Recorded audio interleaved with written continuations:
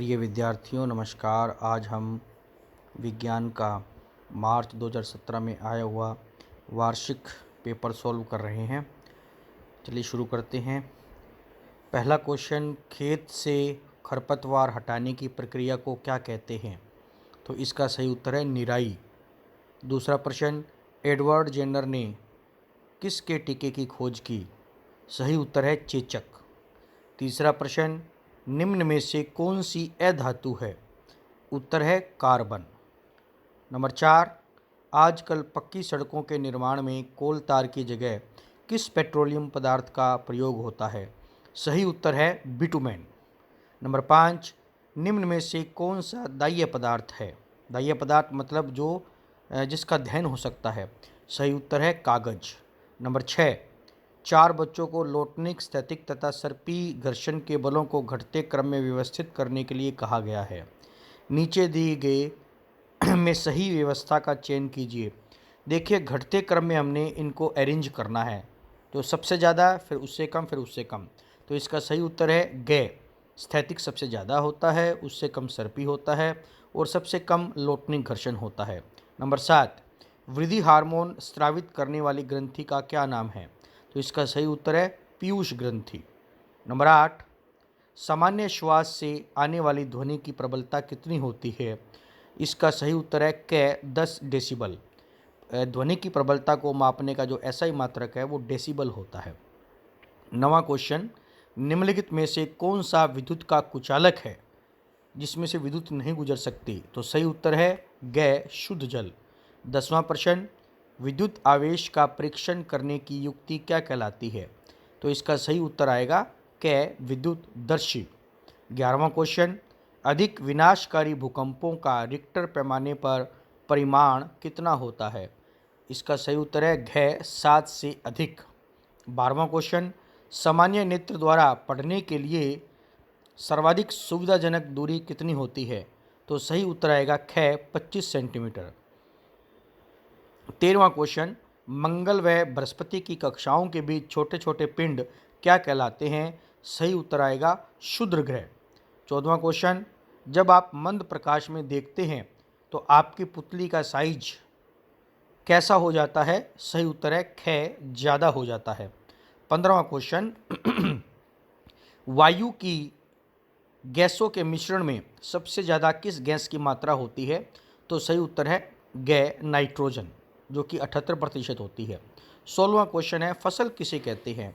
जब एक विशाल भूखंड पर एक ही प्रकार की पौधों को अधिक संख्या में लगाया जाता है तो उसे हम फसल कहते हैं। जैसे और फसल के लिए खेत की आवश्यकता होती है, जैसे गेहूं का खेत जिसमें गेहूं की फसल होती है। 17वां क्वेश्चन है, सूक्ष्म जीवों के 4 वर्गों के नाम लिखें। तो इसका सही उत्तर है शैवाल, प्रोटोजोआ, जीवाणु और कवक। 18वां क्वेश्चन, निम्नलिखित रेशों में से प्राकृतिक और मानव निर्मित रेशों का चयन कीजिए। तो हम सबसे पहले प्राकृतिक रेशों की बात करते हैं। तो जो रेशम है वो प्राकृतिक रेशा है। ऊन, ये भी प्राकृतिक रेशा है। कपास, ये भी प्राकृतिक रेशा है। जबकि बाकी के 3, नायलॉन, रेयान और पॉलिएस्टर, ये मानव निर्मित अर्थात संश्लेषित रेशे होते हैं। 19वां क्वेश्चन, घरों में लकड़ी गोबर के उपलों की जगह एलपीजी को ईंधन के रूप में उपयोग करने के क्या लाभ है? तो देखिए, एक तो इससे राख जैसा कोई अपशिष्ट पदार्थ नहीं बचता, दूसरा इनका ऊष्मीय मान बहुत ज़्यादा होता है और एलपीजी जो होती है वो लकड़ी या गोबर के उपलों की तुलना में बहुत ही कम स्थान घेरती है और इसका जो आवागमन है, इसको लाना ले जाना, ये भी बहुत आसान है। चलिए 20वें क्वेश्चन की तरफ। मानव में होने वाले निषेचन और मेंढक में होने वाले निषेचन में अंतर बताइए। देखिए, जो मानव में है वो आंतरिक निषेचन होता है, जबकि मेंढक में बाह्य निषेचन होता है। आंतरिक निषेचन का मतलब है कि जिसमें शुक्राणु और अंडाणु का जो संलयन है वो मादा के शरीर के अंदर ही होता है, उसको हम आंतरिक निषेचन कहते हैं। और जहाँ पर शुक्राणु और अंडाणु का संलयन अर्थात मिलना मादा के शरीर से बाहर हो, उसको बाह्य निषेचन कहते हैं। तो मेंढक में बाह्य निषेचन होता है। 21वां प्रश्न, मोमबत्ती की ज्वाला का चित्र बनाकर उसके भागों के नाम लिखिए। तो इसका जो है आपको चित्र जो है अपनी पाठ्य पुस्तक में मिल जाएगा। 22वां प्रश्न, मांसपेशियों द्वारा लगाए गए बल का नाम बताते हुए एक उदाहरण दीजिए। तो मांसपेशियों द्वारा लगाया गया जो बल होता है उसको पेशीय बल कहते हैं, जो कि एक संपर्क बल का उदाहरण है। जैसे कि बैल द्वारा गाड़ी को खींचना इसका उदाहरण है। 23वां प्रश्न, आग लगने के बाद फायरमैन पानी के पाइप का उपयोग करने से पहले क्षेत्र की विद्युत आपूर्ति क्यों बंद कर देता है? क्योंकि जो पानी होता है वो विद्युत का सुचालक होता है। तो यदि फायरमैन पानी जो है बिना बिजली काटे गिराएगा तो इससे बिजली का झटका लगने की संभावना बढ़ जाती है। चलिए 24वां प्रश्न, फैक्ट्रियों और मकान बनाने के लिए लकड़ी की आपूर्ति हेतु वनों को काटा जा रहा है। आप क्या इसे उचित मानते हैं? इससे होने वाली 3 हानियों की चर्चा कीजिए। देखिए, फैक्ट्रियों और मकान बनाने के लिए लकड़ी की आवश्यकता होती है, बिल्कुल सही है, लेकिन इसके लिए वनों को काटा जाना बिल्कुल भी सही नहीं है। तो हम इसे उचित नहीं मानते, क्योंकि अगर जंगल नहीं होंगे तो आपको पता है कि बरसात नहीं होगी। इसके अलावा जब बाढ़ आएगी, बाढ़ आने का भी संभावना बढ़ जाती है, जिससे मृदा अपरदन होगा, क्योंकि जो वृक्ष होते हैं वो मिट्टी को बांध कर रखते हैं। सूखा पड़ने की संभावना बढ़ जाती है। उस जगह का तापमान बढ़ जाता है, क्योंकि जो वन होते हैं वो तापमान को कम करने का काम भी करते हैं। इसके अलावा जो जंगल होते हैं वो प्राणदायिनी ऑक्सीजन वातावरण में छोड़ते हैं, जो कि हमें नहीं मिल पाएगी। चलिए 25वां प्रश्न, तारामंडल क्या होता है? रात्रि में आकाश में तारों का ऐसा समूह जो पहचाने जाने योग्य आकृतियों का निर्माण करता है उसे तारामंडल कहा जाता है। तो जैसे ओरायन तारामंडल है, सप्तर्षि तारामंडल है, कैसियोपिया तारामंडल है। 26वां प्रश्न, खरीफ व रबी की फसल क्या होती है? उदाहरण सहित समझाइए। देखिए, वर्षा ऋतु में बोई जाने वाली फसलें खरीफ की फसलें होती हैं, और सर्दियों में शीत ऋतु में बोई जाने वाली फसलें जो होती है वो रबी की फसलें होती है। तो जो आपका सरसों है, गेहूं है, चना है, ये आपकी रबी की फसलें हैं। इसके अलावा जो धान है, नरमा है, मक्का है, बाजरा है, ये खरीफ की फसलें हैं। 27वां क्वेश्चन, आपने अपने नानी जी को आम के अचार को सुरक्षित रखने के लिए नमक और तेल मिलाते हुए देखा होगा।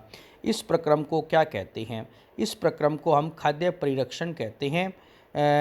नमक और तेल मिलाने से जो आपका अचार है वो जीवाणुओं के द्वारा खराब होने से बच जाता है।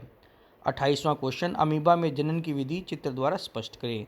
जो अमीबा में जो जनन की विधि होती है वो द्विखंडन विधि होती है, जिसमें एक कोशिका जो होती है वो 2 में विभाजित हो जाती है। इसकी डिटेल आपको किताब में मिल जाएगी।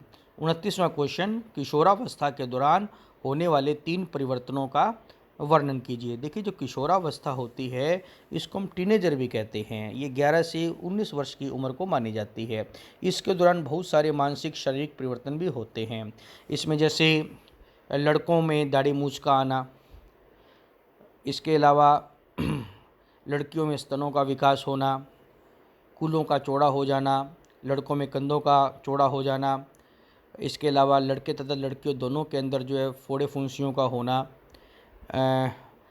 शारीरिक वृद्धि होना, हड्डियों में वृद्धि होना, ये इसके कुछ जो है परिवर्तन के उदाहरण हैं। चलिए 30वां क्वेश्चन, पहेली लोहे की वस्तुओं को चुंबक द्वारा आकर्षित करती है। बताइए कि चुंबकीय बल संपर्क बल है या असंपर्क बल है? देखिए, जो चुंबकीय बल होता है वो असंपर्क बल का उदाहरण है।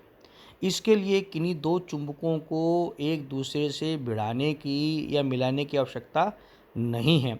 इसके अलावा जो गुरुत्वाकर्षण बल होता है और जो स्थिर विद्युत बल होता है वो भी असंपर्क बल के ही उदाहरण हैं। 31वां क्वेश्चन, पौधागर प्रभाव किसे कहते हैं? इसका वातावरण पर क्या प्रभाव पड़ता है? देखिए, जो वातावरण के अंदर कुछ इस प्रकार की गैसें होती है, जैसे कार्बन डाइऑक्साइड है, मीथेन है, जो सूर्य से आने वाली अवरक्त किरणों को धरती से टकराने के बाद वापस वायुमंडल में से बाहर नहीं निकलने देती, वो उन्हें वापस धरती पर भेज देती है। इसे ही हम पौधाघर प्रभाव कहते हैं। और पौधाघर प्रभाव के द्वारा जो धरती का तापमान है वो बड़ा रहता है और इससे जो जीवन जो होता है संभव होता है। 32वां क्वेश्चन, आजकल ब्याह शादियों में महिलाओं को आपने ऐसे आभूषण पहने हुए देखा होगा जो सोने जैसे प्रतीत होते हैं। इनको बनाने में किस प्रक्रम का प्रयोग होता है? इसको बनाने में विद्युत लेपन का प्रयोग होता है। और इस प्रक्रम के दो अन्य उदाहरण भी बताइए। देखिए, जो टोंटियाँ होती है, इसके अलावा जो अपने साइकिल के पहिए हैं, रिम हैं, इनके ऊपर क्रोमियम धातु का विद्युत लेपन किया जाता है। इसके अलावा जो है लोहे की चद्दरों पर जिंक धातु की परत चढ़ाई जाती है, जिसको हम यशद लेपन भी कहते हैं। 33वां क्वेश्चन, नीचे दिए गए चित्र में A B C D E F को नामांकित कीजिए। तो ये आँख का चित्र है जिसमें ए पक्षमापेशी है, बी परितारिका है, सी पुतली है और डी आपका लेंस है, एफ रेटिना जिसको दृष्टिपटल भी कहते हैं और ई प्रकाशिक तंत्रिका है। चलिए अगले क्वेश्चन की तरफ। 34वां क्वेश्चन है, अंतरिक्ष से देखने पर सौर मंडल का एक ग्रह नीला दिखाई देता है, उस ग्रह का नाम क्या है और इस पर जीवन पाया जाता है? तो देखो, जो नीला ग्रह है वो पानी की वजह से होता है, तो जिस ग्रह पर पानी है वो नीला दिखाई देता है, तो इसका जो सही उत्तर है वो पृथ्वी है। 35वां क्वेश्चन, आजकल जल प्रदूषण से काफ़ी बीमारियां फैल रही है, आप व्यक्तिगत तौर पर जल प्रदूषण को कैसे कम कर सकते हैं?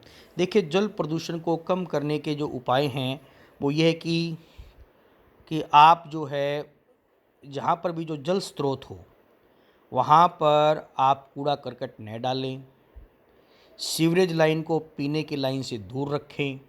इसके अलावा जल स्रोतों के पास न तो कपड़े धोने की इजाज़त हो और न ही नहाने की इजाज़त हो, और पानी के स्रोतों को हमें ढककर रखना चाहिए। 36वां क्वेश्चन, नीचे दिए गए गुणों के आधार पर धातुओं और अधातुओं में अंतर कीजिए। दिखावट, देखिए जो धातुएं होती हैं वो दिखने में उनमें चमक होती है, जबकि अधातुओं में अपनी कोई चमक नहीं होती। खैर, कठोरता, धातुएं कठोर होती हैं जबकि अधातुएं नरम होती हैं। आघात वर्धनीयता, आघात वर्धनीयता वह गुण होता है जिसके द्वारा हम धातुओं को पीट कर चद्दर में बदल सकते हैं, और यह गुण धातुओं में पाया जाता है, अधातुओं में नहीं पाया जाता। तन्यता, तन्यता वह गुण होता है जिसमें हम धातुओं को खींचकर तारों में बदल सकते हैं, तो यह गुण भी धातुओं में पाया जाता है और अधातुओं में नहीं पाया जाता। इसके अलावा अन्य हैं विद्युत चालन व ऊष्मा चालन। धातुएं जो होती हैं वो विद्युत चालक भी होती हैं और ऊष्मा का चालन भी करती है, जबकि अधातुएं न तो विद्युत का चालन करती है और न ही ऊष्मा का चालन करती है। 37वां क्वेश्चन है, पादप कोशिका एवं जंतु कोशिका के रेखा चित्र बनाकर अंतर स्पष्ट करें। देखिए, जो रेखा चित्र है वो आपको किताब में मिल जाएंगे। अंतर जो है वो आपको मैं बता रहा हूँ कि जो पादप कोशिका होती है उसका आकार बड़ा होता है, जबकि जंतु कोशिका का आकार छोटा होता है। पादप कोशिका में क्लोरोप्लास्ट पाया जाता है, जिसके कारण वह अपना भोजन स्वयं संश्लेषित कर सकती है, जबकि जंतु कोशिका में क्लोरोप्लास्ट नहीं होता, जिससे वह अपना भोजन स्वयं संश्लेषित नहीं कर सकती। पादप कोशिका में कोशिका झिल्ली के बाहर कोशिका भित्ति होती है, जिसके कारण और वह सेलुलोज की बनी होती है, जबकि जंतु कोशिका में कोशिका भित्ति नहीं पाई जाती है। ये कुछ इसके प्रमुख अंतर थे। 38वां क्वेश्चन है, घर्षण किस प्रकार से शत्रु एवं मित्र दोनों हैं? 3 उदाहरण दीजिए। देखिए, घर्षण जो है वो मित्र है, क्योंकि घर्षण के बिना हम पानी से भरे गिलास को नहीं उठा सकते। घर्षण के बिना हम पेंसिल द्वारा कॉपी पर एवं चाक द्वारा शामपट पर नहीं लिख सकते। घर्षण के बिना हम जो है भवन निर्माण नहीं कर सकते। घर्षण के बिना हम धागों के बीच में गांठ नहीं लगा सकते। घर्षण के बिना हम माचिस की तीली को भी रगड़कर नहीं जला सकते। तो ये कुछ एक बताता है पॉइंट्स कि घर्षण हमारा मित्र है। और घर्षण किस प्रकार से शत्रु है? घर्षण के द्वारा जो मशीनें होती हैं उसमें बहुत सारी ऊर्जा का व्यय ऊष्मा के रूप में हो जाता है, मशीनें घस जाती हैं। इसके अलावा घर्षण के कारण हमारे जो जूतों के सोल हैं, तलवे हैं, वो घस जाते हैं, जो टायर होते हैं वो घिस जाते हैं। तो ये कुछ उसके जो है नुकसान भी है घर्षण के जो है। 38वें का ख अंतिम प्रश्न जो है, मान लीजिए दुर्घटनावश साबुन के पानी से भरी बाल्टी संगमरमर के किसी फर्श पर उलट जाए। इस गीले फर्श पर आपके लिए चलना आसान होगा या कठिन? अपने उत्तर का कारण बताइए। देखिए, संगमरमर के फर्श पर यदि साबुन के पानी से भरी बाल्टी गिर जाए तो उससे घर्षण घट जाएगा और घर्षण घटने से फिसलने का खतरा बढ़ जाता है और हम आसानी से उस पर नहीं चल पाएंगे। तो ये आपका पेपर कंप्लीट हुआ। चलिए अब हम अगले पेपर में आपसे मिलेंगे, तब तक के लिए धन्यवाद।